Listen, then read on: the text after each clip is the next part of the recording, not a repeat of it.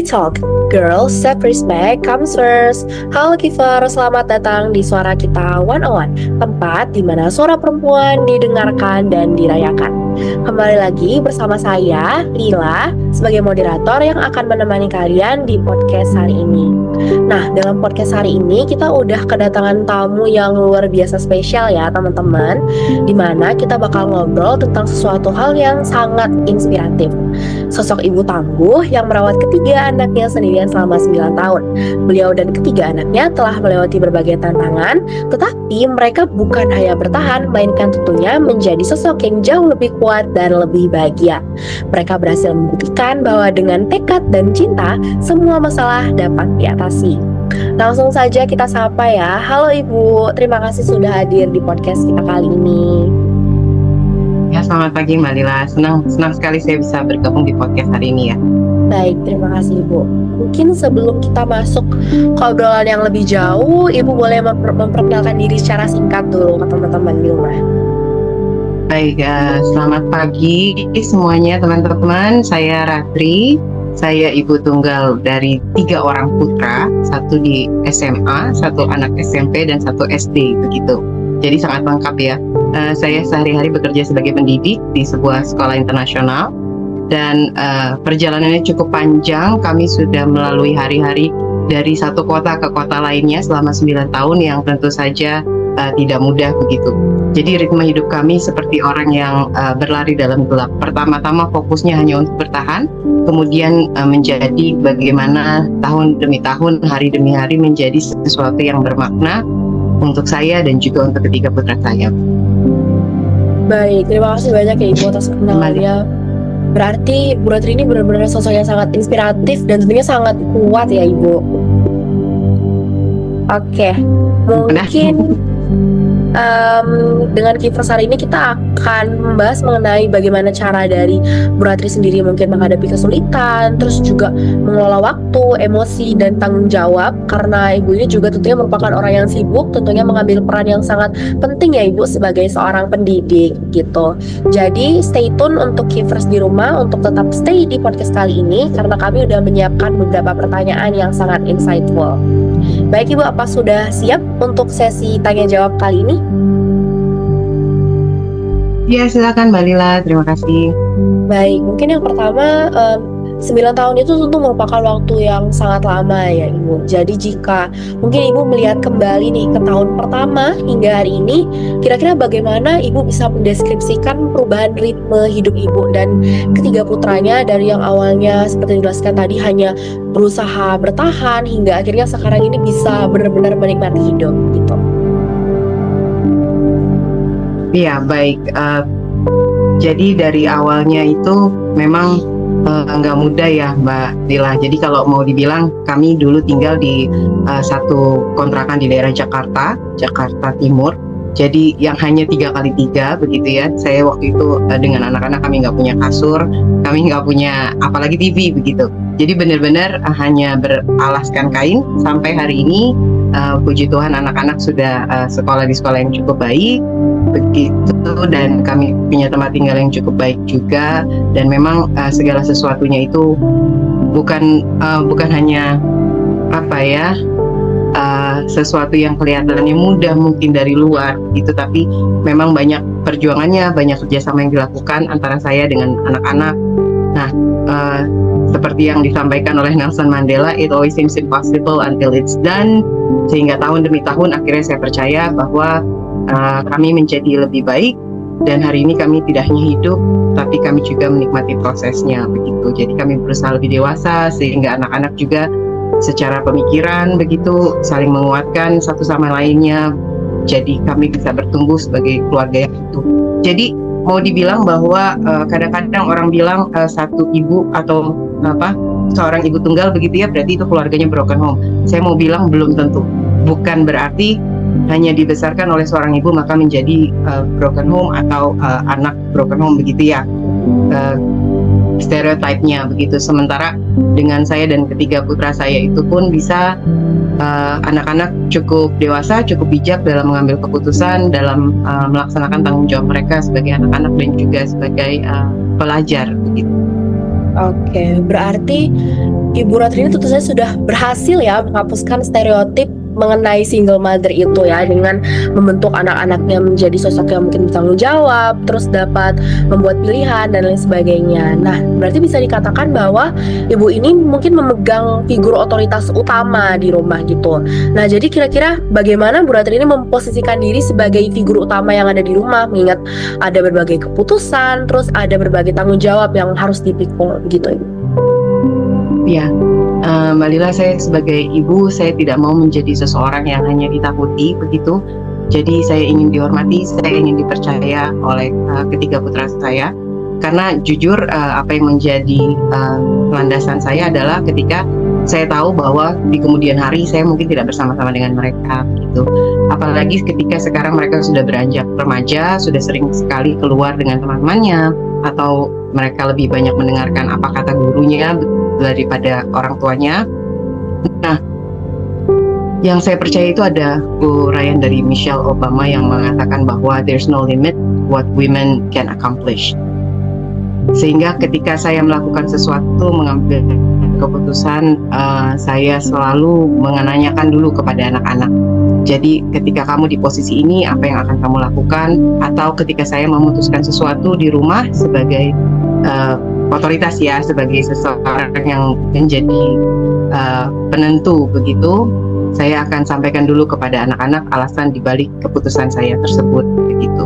Nah, saya juga berharap bahwa saya bisa menjadi pelabuhan yang tegas untuk anak-anak ketika mereka menghadapi masalah, ketika mereka menceritakan sesuatu yang menurut mereka itu kurang tepat, maka kita bisa berdiskusi untuk melihat dari sisi lain dan apa yang bisa mereka pelajari dari sini. Sehingga mungkin orang-orang agak kaget karena anak-anak saya ketiganya mereka bisa masak, cuci baju, setrika baju, semuanya mereka sudah bisa, life skill. Itu memang saya ajarkan dari awal karena saya tahu sebagai seorang pribadi, as a human being, mereka harus bisa merawat dirinya sendiri. Jadi yang saya tegaskan kepada anak-anak, yang nilai yang tidak bisa ditawar adalah kejujuran, tanggung jawab, dan juga saling menghormati. Oke, berarti Bu Ratri ini berhasil melakukan parenting yang sangat baik ya Bu, karena tentu kalau kita lihat status quo sekarang, keadaan di orang-orang itu tidak semua orang tua punya pikiran seperti Ibu loh Bu. Tidak semua orang tua itu bukan cuma pengen ditakuti, tapi juga ngajarin tanggung jawab, kejujuran gitu. Jadi mungkin saya sendiri, kemudian teman-teman di rumah bisa melihat bahwa Ibu adalah seorang ibu tunggal yang berhasil tentunya Ibu, dengan semua accomplishment Ibu di dalam keluarga gitu Ibu. Ya mudah-mudahan. Ya jadi contohnya misalnya Mbak Lila, kalau waktu itu misalnya anak saya minta izin begitu ya untuk pergi ke suatu tempat, kemudian saya bilang nggak boleh pergi. Ternyata nggak lama dia pulang, terus karena habis ada satu kecelakaan, satu insiden gitu ya. Jadi begitu pulang, saya nggak marah, saya nggak menjadi agresif atau apa, tidak bereaksi. Tapi yang saya lakukan adalah merawat lukanya. Setelah selesai, saya ajak bicara, kira-kira menurut kamu kenapa ini terjadi? Kamu tadi dengar ibunda mau bilang apa gitu, apakah diberikan izin atau tidak? Jadi dia tahu setelah itu apa sih efeknya gitu ketika dia tidak mendengarkan orang tuanya dan apa yang terjadi selanjutnya. Jadi ini menjadi suatu pembelajaran. Saat kejadian itu ada satu teman saya di rumah dan dia kaget, kenapa kamu nggak marahin, kan jelas dia melanggar apa yang kamu sampaikan begitu. Menurut saya sekarang adalah saatnya ketika dia sedang terjatuh, dia sedang terluka. Jadi saya harus menjadi, tadi yang saya bilang, menjadi pelabuhan. Jadi saya harus tahu saya adalah safe space buat mereka. Dan itu yang saya tanamkan juga ke mereka. Ketika kamu in trouble, ada masalah apapun, orang pertama yang harus kamu datengin adalah saya, ibunya. Karena yang seseorang yang bisa kamu percaya tanpa mengatakan sesuatu yang buruk, yang selalu akan ada di pihak kamu, itu hanya ibu kamu begitu. Berarti Ibu ini seperti yang telah dijelaskan tadi, menjadi pelabuhan ya Bu, mungkin bagi kebutuhan dari emosional, terus juga pertumbuhan anak-anak Ibu gitu. Nah tapi tentu saja Ibu itu harus menyeimbangkan nih, mungkin antara kebutuhan finansial, terus tentunya juga waktu untuk self care Ibu sendiri gitu, supaya tidak burn out. Nah kira-kira mungkin Ibu boleh sharing sedikit nggak Bu, kira bagaimana cara Ibu bisa menyeimbangkan berbagai hal yang sebenarnya sangat kompleks itu? Iya, jadi seorang ibu tunggal, apalagi sekarang saya memiliki tanggung jawab sebagai leader ya di tempat kerja saya. Jadi memang lebih banyak lagi tanggung jawabnya dan lebih banyak lagi hal-hal yang harus saya perhatikan, bukan hanya dengan karir, kemudian juga menyeimbangkan dengan pendidikan anak-anak dan waktu dengan mereka. Burnout ya iya tentu. Saya pernah nangis nggak berhenti, pernah juga Mbak Lila. Jadi dan itu apakah saya sembunyikan? Sering saya sembunyikan. Pernah satu kali memang sangat jelas, jadi karena nggak bisa ditahan, jadi di depan anak-anak juga, dan ketika itu mereka lihat bagaimana keadaan saya, dan mereka cuma diam, satu ambil minum, satu ambil tisu, sudah itu saya bicara kenapa hal ini terjadi begitu. Jadi setelah itu saya mulai menata lagi, karena mereka juga harus tahu kalau apapun yang mereka lakukan di rumah sangat berdampak kepada saya. Jadi saat itulah saya menekankan kepada anak-anak bahwa apapun yang kamu lakukan, menurut kamu baik atau tidak baik, itu harus dipikirkan matang-matang, karena tentu saja itu akan mempengaruhi ibunya dan juga saudara-saudaranya. Nah, saya pernah secara emosional karena saya tidak bisa hadir secara utuh untuk saat kegiatan anak-anak, karena mungkin saya harus melakukan pekerjaan saya, atau mungkin saya melakukan hal-hal yang lain sehingga yang untuk diri saya sendiri sehingga meninggalkan anak-anak. Tapi yang saya tahu adalah selalu anak-anak jadi prioritas utama saya gitu. Ya, saya buat jadwal energi, jadi bukan jadwal kerja, saya buat waktu juga untuk anak-anak, di mana saya akan diem di rumah. Kalau misalnya orang bilang, wah Sabtu enak ya, Sabtu itu libur, tapi saya usahakan ketika Sabtu saya sama anak-anak bisa duduk, bisa nonton, bisa ngobrol begitu, atau misalnya mereka mau pergi makan atau keluar, itu saya bisa lakukan sama anak-anak. Yang jelas mereka tahu bahwa ada porsi untuk mereka. Keseimbangan itu kan bukan tentang kesempurnaan yang setiap hari, tapi bagaimana kita sadar kapan harus berhenti, kapan harus recharge gitu, supaya tangkinya penuh. Jadi ketika tangki saya penuh, saya tahu bahwa saya bisa memberikan yang terbaik untuk anak-anak saya, untuk pekerjaan saya, dan untuk diri saya sendiri. Oke. Sebelumnya juga saya pernah dengar istilah mungkin ada tangki cinta ya Ibu. Jadi ketika tangki cinta kita udah penuh, kita bisa ngasih cinta yang sama, kita bisa ngasih kasih sayang juga ke orang-orang yang kita sayang gitu Bu. Jadi sepertinya Bu Ratri ini sudah berhasil ya memenuhi tangki cinta Ibu sendiri, sampai akhirnya bisa ngasih itu juga ketiga putra Ibu gitu ya.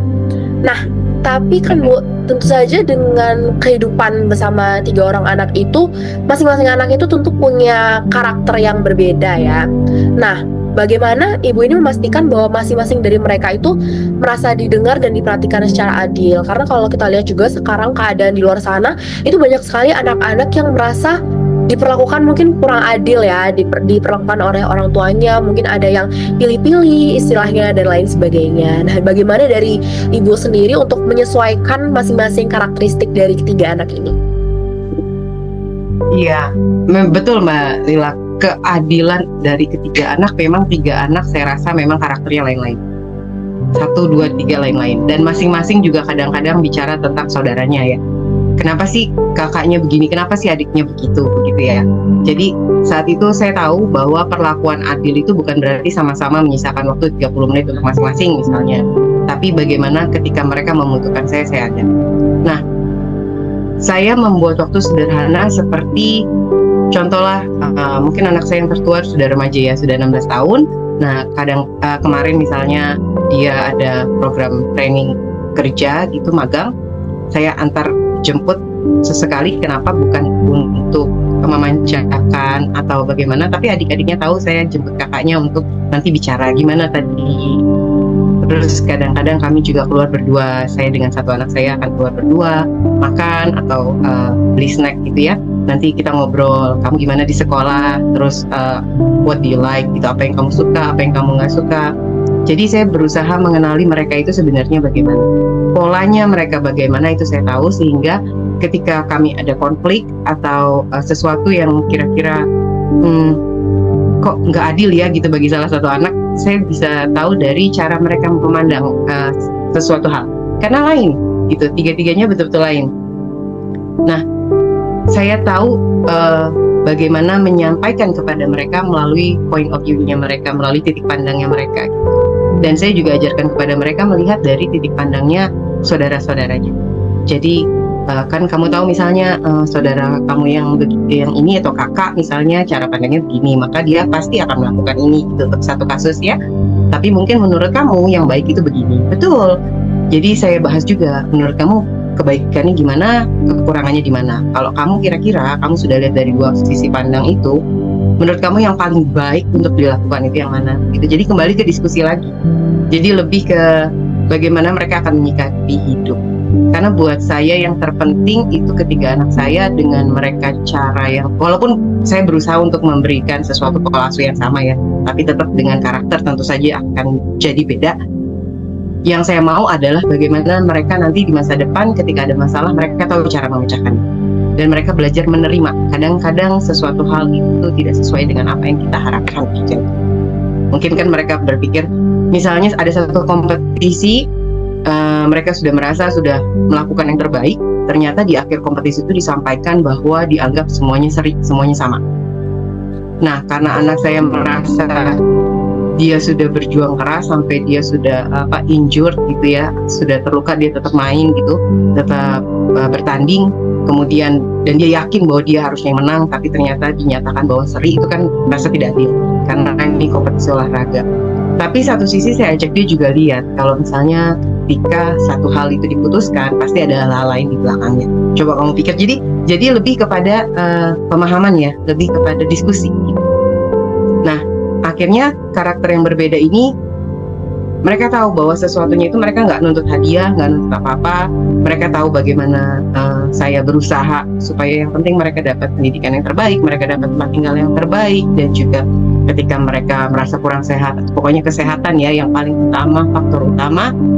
Tapi jadi kalau misalnya mereka mau minta sesuatu atau apa, mereka tahu untuk menyampaikannya. Misalnya, Bu, nanti kalau ada uang, kalau boleh, atau misalnya mereka jangan bilang, Bu, ini bagus ya, kalau nanti aku mau, kalau misalnya kita bisa, boleh ya Bu beli ini. Jadi lebih kepada akhirnya kita saling mengerti ya, batasan-batasannya itu tidak menuntut dan menjadi matang secara pola pikir. Oke. Berarti kita bisa melihat bahwa ibu ini benar-benar open diskusi banget ya sama anak-anaknya gitu. Dan kalau yang mungkin kita tahu semua, orang tua itu jarang menerapkan adanya diskusi dengan anak-anaknya.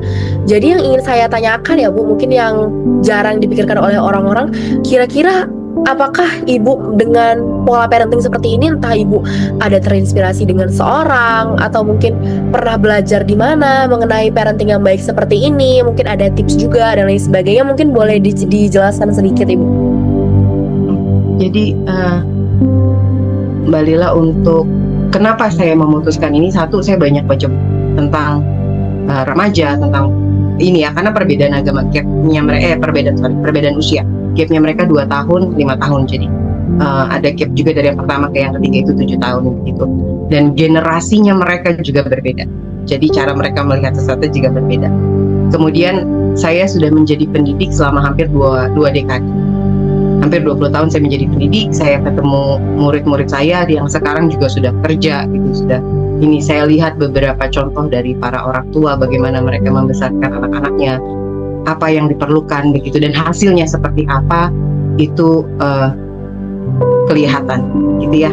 Jadi pola parenting mungkin beda-beda. Kalau saya mau sepanjang waktu saya, selama saya masih bisa dengan anak-anak, sampai mungkin nanti mereka kuliah, mereka akan pergi ngekos atau pergi ke kota lain atau negara lain, selama mungkin saya bisa bersama mereka, saya akan bersama mereka. Tapi ada lagi yang lain yang saya lihat contohnya, anak-anaknya ditaruh di satu kota, ibunya keluar untuk cari kerja kemana-mana begitu ya, cari uang, yang penting semuanya terpenuhi. Saya waktu itu diminta tolong untuk jadi guru pendampingnya, jadi sepulang sekolah gitu untuk mengajari anak-anaknya. Nah, saat hari ini saya lihat beliau begitu sukses, anak-anaknya sukses, semuanya sudah ada di satu negara begitu ya, ketiga anaknya sukses. Dan mereka ingat dengan ibunya, walaupun misalnya ibunya jarang di rumah, ibunya tuh hanya datang mungkin sebulan beberapa kali, cuma untuk lihat mereka. Setelah itu ibunya akan kerja cari uang. Nah, jadi pendekatan yang bagaimana caranya kita mengomunikasikan ke anak-anak gitu. Inspirasinya saya dapat banyak sekali yang saya lihat di beberapa tahun ini sepanjang saya menjadi pendidik. Dan sebenarnya satu sih kuncinya untuk anak-anak itu saya ajarkan mereka yang jelas juga kerendahan hati. Jadi, dan kalau orang-orang merasa bilang Ibu Atri hebat ya, kamu hebat ya jadi ibu begini-begini, saya merasa bukan saya yang hebat. Saya merasa yang hebat adalah justru ketiga putra saya, betapa saya berhutang banyak kepada mereka. Mereka itu ibaratnya dari usia yang sangat muda, waktu itu yang pertama itu 7 tahun, yang kedua 5, yang ketiga masih bayi. Bagaimana mereka saya tinggal untuk kerja pulang malam, pergi pagi pulang malam, gitu ya. Mereka bertahan bertiga di rumah kontrakan yang kecil. Kemudian waktu itu kami diminta pindah, saya dipindah tugaskan dari kantor ke kota lain. Saya nggak ada uang untuk transport, untuk pindah, jadi saya bawa pick up sendiri, anak-anak yang bantu saya angkat barang. Jadi betapa mereka kuat bertahan menghadapi jalan hidupnya kami yang memang tidak mulus begitu. Jadi selalu ada tantangan, tapi dari setiap itu jadi suatu pengalaman yang berharga. Jadi itu jadi suatu feedback yang luar biasa bagi keluarga kami. Itu sih. Jadi kami belajar dari orang-orang di sekitar dan juga dari pengalaman kami sendiri sebenarnya. Oke, baik Ibu. Berarti Ibu mendapatkan inspirasi dari orang sekitar, terus dari berbekal pengalaman sendiri ya Ibu. Mungkin setelah nantinya podcast ini tayang, tentunya Ibu lah yang menjadi inspirasi dari orang-orang di luar sana ya Bu. Oke, mungkin supaya untuk menambah inspirasi, menambah motivasi, dan menambah dorongan dari orang di luar sana, mungkin Ibu boleh memberikan pesan untuk para ibu di luar sana yang mungkin juga sedang menjalankan perannya yang luar biasa sebagai seorang single mother, dan orang-orang di luar sana yang sedang berusaha menguatkan diri mereka sendiri agar mereka bisa keluar dari posisi yang mungkin menyulitkan bagi mereka. Baik, untuk para ibu yang sekarang sedang berjalan sendirian, saat saya mulai berjalan sendirian, ada satu ibu yang bilang, beliau juga rumah, beliau bilang, Miss Ratri, ini nggak akan gampang, nggak akan mudah jalannya, tapi just take one step at a time. Jadi satu langkah, satu kali, satu hari dari 1 tahun begitu. Pelan-pelan, maka semuanya akan terbayar, maka semuanya akan baik-baik saja. Tapi ternyata memang melaluinya hari demi hari itu nggak gampang. Saya tahu betapa sulitnya mengatur, apalagi ketika misalnya anak-anak kita misalnya sakit atau ada masalah, ternyata kita juga harus kerja, atau misalnya pulang ke rumahnya masih berantakan, begitu ya, betapa tekanan yang dihadapi itu luar biasa untuk ibu tunggal. Belum lagi ketika hal-hal tertentu yang di luar dugaan, seperti di pekerjaan, atau misalnya di lingkungan sekitar, di komunitas, atau di lingkungan rumah begitu, atau keluarga, yang kadang-kadang di luar dari ekspektasi kita, yang menambah mungkin tekanannya. Jadi ketahuilah bahwa menjadi seorang ibu tunggal, single mom, itu bukanlah kelemahan, tapi tanda dari keberanian, tanda dari kekuatan, karena Anda telah memilih untuk kebaikan bagi putra-putri Anda. Jadi apapun pilihan yang sudah diambil, I salute you, luar biasa. Dan memang satu hal, kita kembalikan kepada Tuhan yang Maha Kuasa. Saya nggak akan bisa sampai sejauh ini ketika Tuhan tidak mengirimkan orang-orang yang hebat, orang-orang yang luar biasa baiknya untuk kami, sehingga kami sampai pada titik ini. Ketika setiap malam mungkin merasa kalau kita itu lelah ya, capek, ya Tuhan kok gini amat ya, kok susah banget ya gitu, rasanya kok susah ya. Tapi kan banyak yang bilang ya Mbak Lila, kalau misalnya Tuhan tidak akan memberikan sesuatu di luar kemampuan ya, di luar kemampuan. Jadi ketika itu terjadi, maka percaya bahwa Tuhan percaya pada Anda, dan juga Tuhan pasti lihat itu dengan cara beribadah yang mungkin masing-masing. Nah, tapi yang diketahui bahwa anak-anak Anda membutuhkan Anda. Mereka harus tahu bahwa kehidupan yang baik adalah kehidupan di mana mereka memiliki kedamaian, mereka dipercaya, mereka memiliki tempat di mana mereka bisa menceritakan sesuatu. Kadang ketika kita lelah, kita capek, mungkin kita pikir, aduh cerita sama siapa ya? Karena kalau senang kita gampang bisa cerita ke siapa aja. Tapi ketika kita banyak masalah, ketika kita rasa capek tuh kayak mikir gitu, siapa ya yang kita mau bilang, yang ketika kita ceritakan itu akan memberi kita kekuatan. Jadi a safe space. Nah, jadilah a safe space atau tempat yang aman untuk anak-anak Anda. Mungkin sekarang ini anak-anak tidak mengerti. Jadi ketika keputusan sesuatu yang diambil, mereka mungkin akan merasa marah. Tapi ingat bahwa nanti saat mereka beranjak dewasa, mereka akhirnya tahu kenapa ya ibu aku melakukan ini. Jadi ini bukan kegagalan. Jadi seorang ibu tunggal itu bukan kegagalan.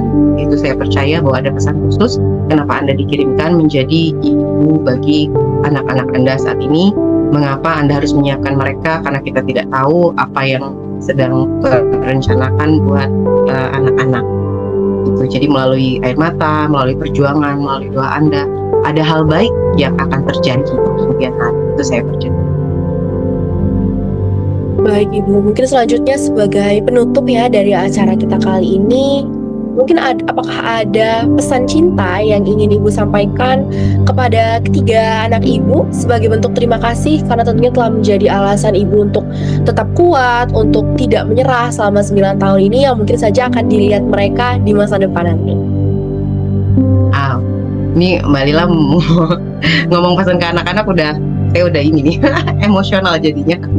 So for all my 3 children, if one day you hear this, I want to know that never give up despite any circumstances, because I'm here. I never give up. It's just only because of you.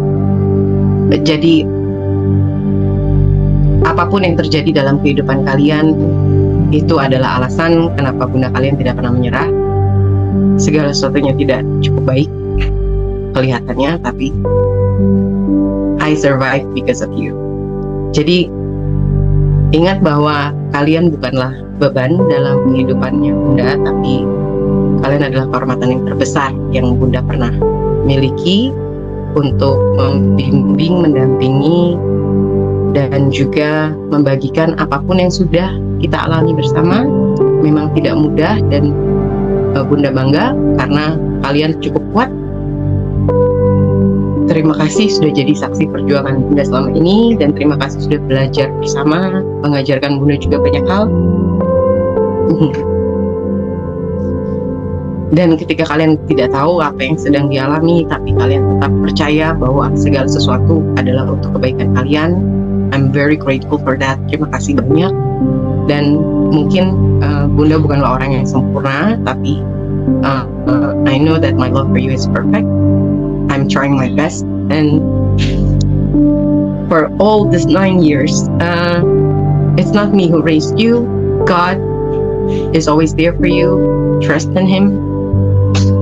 Seperti tahun-tahun sebelumnya, ketika seringkali kita merasa sudah di ujung sesuatu, tapi ketika kalian berdoa keajaiban itu datang. Percaya bahwa dalam panggilan doa segala sesuatunya itu mungkin, dan ketika apapun yang kalian dapatkan itu tidak sesuai dengan apa yang kalian harapkan, percayalah bahwa itu untuk yang terbaik. Jadi bukan bunda yang merawat kalian, kalian juga yang merawat bunda. Bukan bunda yang membimbing kalian sampai bertumbuh dalam segala sesuatu waktu yang kita jalani bersama. Kalian juga yang membesarkan bunda, yang mengajarkan bunda bagaimana menjadi seseorang yang lebih baik lagi. Jadi mungkin tanpa keadaan ini, bunda tidak akan bertahan sejauh ini, bunda tidak akan jadi orang yang sekuat ini. Namun terima kasih banyak. And I'm so sorry for not giving you the best that you supposedly have, but I know I'm trying my best. Baik, mungkin untuk menyimpulkan ya keseluruhan dari podcast ini, mungkin dari saya sendiri, kemudian dari teman-teman yang menonton di rumah, kita bisa melihat keberhasilan dari Ibu Ratri ini. Bukan hanya untuk mendidik anaknya menjadi putra-putra yang bertanggung jawab, penuh kejujuran, disiplin, tapi melainkan juga dari Ibu Ratrinya sendiri tuh menjadi seorang ibu yang kuat, yang mungkin dari hidup yang awalnya dari ruangan yang kecil tapi memiliki jiwa yang besar ya Ibu. Ini merupakan sosok yang sangat inspiratif, dan semoga pesan-pesan yang tadi Ibu sampaikan itu nantinya di suatu hari nanti, mungkin di masa yang akan datang, bisa didengarkan oleh putra-putra terkasih Ibu, kemudian membuat mereka semakin menyadari bahwa hidup mereka selama ini tuh mungkin bukan hanya untuk diri mereka, melainkan juga untuk kebanggaan dari ibu sendiri gitu. Kemudian kita juga menyadari bahwa semua hal itu mungkin nanti akan awalnya ada kesulitan, tapi pelan-pelan semuanya akan terbayar. Kemudian bagaimana seorang orang tua itu seharusnya bukan hanya ingin merasa ditakuti atau disegani, melainkan juga merasakan kasih sayang ya antara dua pihak, antara anak ke ibu, kemudian ibu ke anak pula. Kemudian kita juga mendapat pelajaran bahwa kehidupan yang baik bagi anak-anak itu adalah kehidupan ketika anak-anak itu merasa dipercaya dan ketika akhirnya mereka mendapat safe space, yaitu ibu mereka, untuk mereka menceritakan segala sesuatu, kemudian keluh kesah mereka.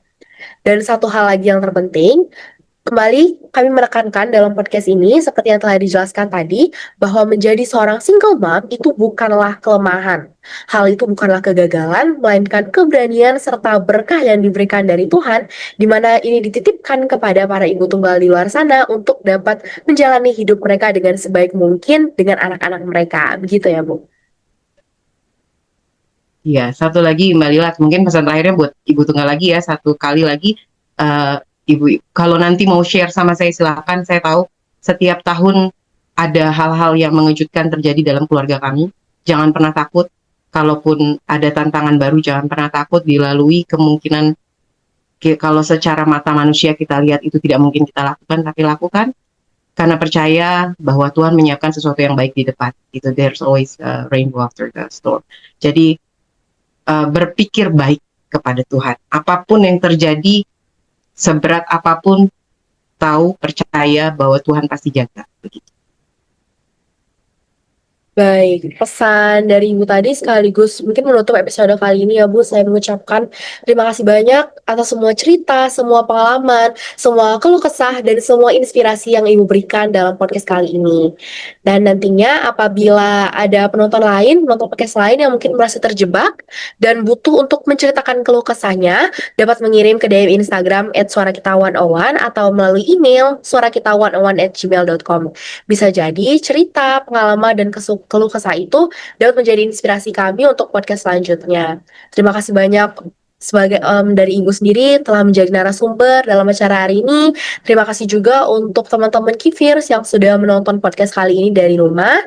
Jangan lupa untuk subscribe dari YouTube Suara Kita dan follow di Spotify agar nantinya podcast dan cerita-cerita ini bisa bermanfaat bagi orang-orang lain di luar sana. Sampai jumpa di episode selanjutnya dan jangan lupa berbahagia.